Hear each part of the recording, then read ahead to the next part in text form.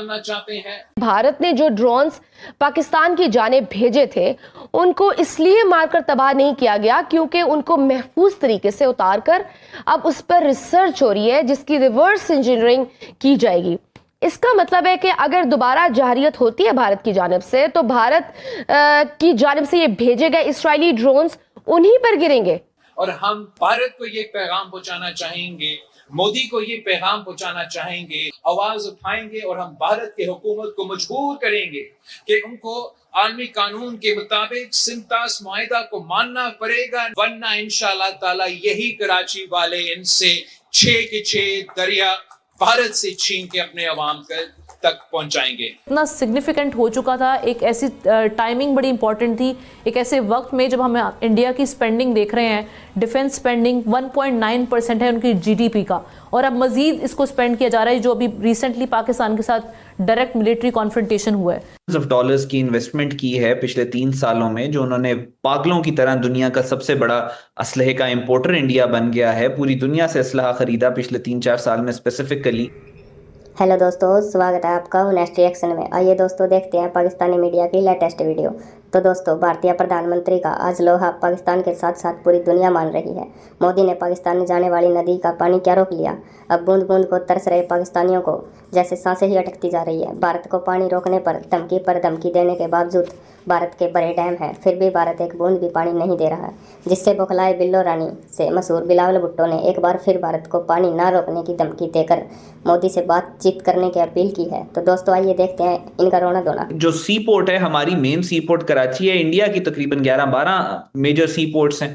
पाकिस्तान की जो सी पोर्ट है, कराची की सी पोर्ट, वो पाकिस्तान की रेड लाइन है। इंडिया ने जो नेवल जो एडवांसमेंट बहुत ज्यादा की हैं, तो वो जाहिर है वो नेवी जो है वो टारगेट करना चाहेगी पाकिस्तान की जो ये सी पोर्ट्स हैं इनको। मैं देखता हूँ कि इस वक्त जो काइनेटिक वॉरफेयर है, आपका कन्वेंशनल वॉरफेयर तकरीबन खत्म हो चुका है। अब आप टैंक और मिसाइल और ये सारी चीजें अपनी जगह पे हैं, लेकिन एयर पावर एक ऐसी चीज है जो कि शायद दुश्मन को एक बहुत बड़ा उससे डेटरेंस आप उसको यूज कर सकते हैं। पाकिस्तान के पास इन्हें एयरक्राफ्ट कराना इसलिए भी जरूरी है कि अब पाकिस्तान को बियॉन्ड इंडिया सोचना होगा, क्योंकि इंडिया ही सिर्फ पाकिस्तान का दुश्मन नंबर 1 नहीं है। आप देखें जिस तरीके से इसराइल और इंडिया के नेक्सस ने इस जंग में पाकिस्तान के खिलाफ मिलकर कार्रवाई करने की कोशिश की और पाकिस्तान ने तमाम टेक्नोलॉजी को न्यूट्रलाइज किया। उसमें आप हेरो ड्रोन्स थे, इसमें आप S-400 रशियन मिसाइल थे, बल्कि इवन अमेरिकन बहुत सारी टेक्नोलॉजी थी जिसको बड़े बुरी तरीके से पाकिस्तान ने जो है वो सबोटाज किया। तो ये एक बड़ा क्लियर मैसेज था कि आइंदा आने वाली जंगों में मेरे ख्याल में हिंदुस्तान उन तमाम ममालिक के साथ मिलकर, जैसे कि बार बार अब इंडियन आर्मी चीफ की जानिब से कहा जा रहा है कि नई जंग जो है बड़ी जल्दी होगी, तो इसकी बड़ी ज्यादा अहमियत और जरूरत थी। इब्तदाई तौर पर जो इतलात है उसके मुताबिक पाकिस्तान ने तकरीबन 40 के करीब स्टेल्थ एयरक्राफ्ट के लिए बाकायदा जो है वो सबमिशन की थी।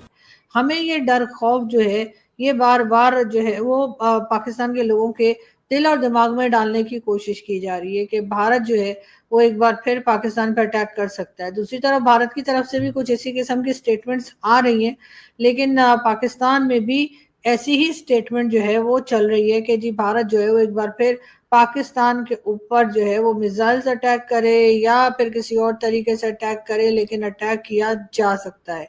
अब ये बातें बार बार क्यों की जा रही है? एक तरफ तो जाहिर डेफिनेटली भारत की तरफ से जो स्टेटमेंट्स चल रही है कि ऑपरेशन सिंदूर खत्म नहीं हुआ है और वो ऑपरेशन अभी जारी है, और अगर कोई ऐसा अफसोसनाक कोई अटैक भारत में हुआ तो फिर पाकिस्तान पे दोबारा अटैक किया जा सकता है। एक ये बात भी बहुत तेजी के साथ फैलाई और बताई जा रही है कि जी भारत एक बार फिर अटैक करने वाला है, भारत एक बार फिर पाकिस्तान पे अटैक कर देगा। इस किस्म की बातें भी की जा रही हैं। अभी तक जी ये लाल टोपी वाले ज़ैद आमिर साहब तो नहीं निकले, लेकिन मेरा ख्याल है बहुत जल्द ये भी बाहर आ जाएंगे और इन्होंने भी फिर यही बताना है कि जी बस ग़ज़वा हिंद का टाइम आ गया है।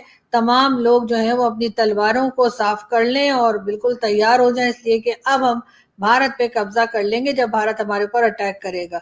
यही वो लोग हैं, इसी किस्म की नफरतें, इसी किस्म का चूरन बेच के दोनों तरफ की कंट्री के दोनों साइड पे इन्होंने जो है, चाहे वो अफगानिस्तान हो चाहे वो भारत हो, इन्होंने जी नफरतें ही बढ़ाई हैं, नफरतें ही बेची हैं और अनफॉर्चुनेटली ये बिल्कुल भी इस काबिल नहीं है कि इनकी बातों को सुना या भरोसा किया जाए। लेकिन हमारे बहुत से लोग ऐसे हैं जो इनको सुनते हैं, ना सिर्फ पाकिस्तान में बल्कि हिंदुस्तान में भी।